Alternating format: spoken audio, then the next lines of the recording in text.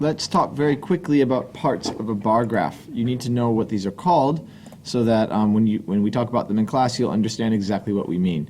All bar graphs have at the top a title. Okay, this is called the title, and the title is usually the answer to the question that you're trying to investigate. The title can also be interesting or exciting. It can even be a little bit fun. That's fine, but you must have a title. The next part you need to look at is this down here. This part and this part have the same name. They're both called labels. Okay? How do you tell them apart? Well, the label on the bottom is always called the x-axis. It's the x-axis label. It goes across the bar graph.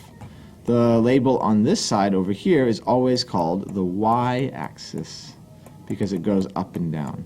So x is left and right, and y is up and down. Don't worry if you forget.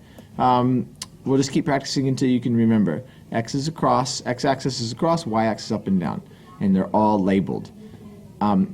This part here, the numbers from 0 up to 12, that will change for every bar graph you draw depending on what your data needs. And that itself has its own name. It's called the scale.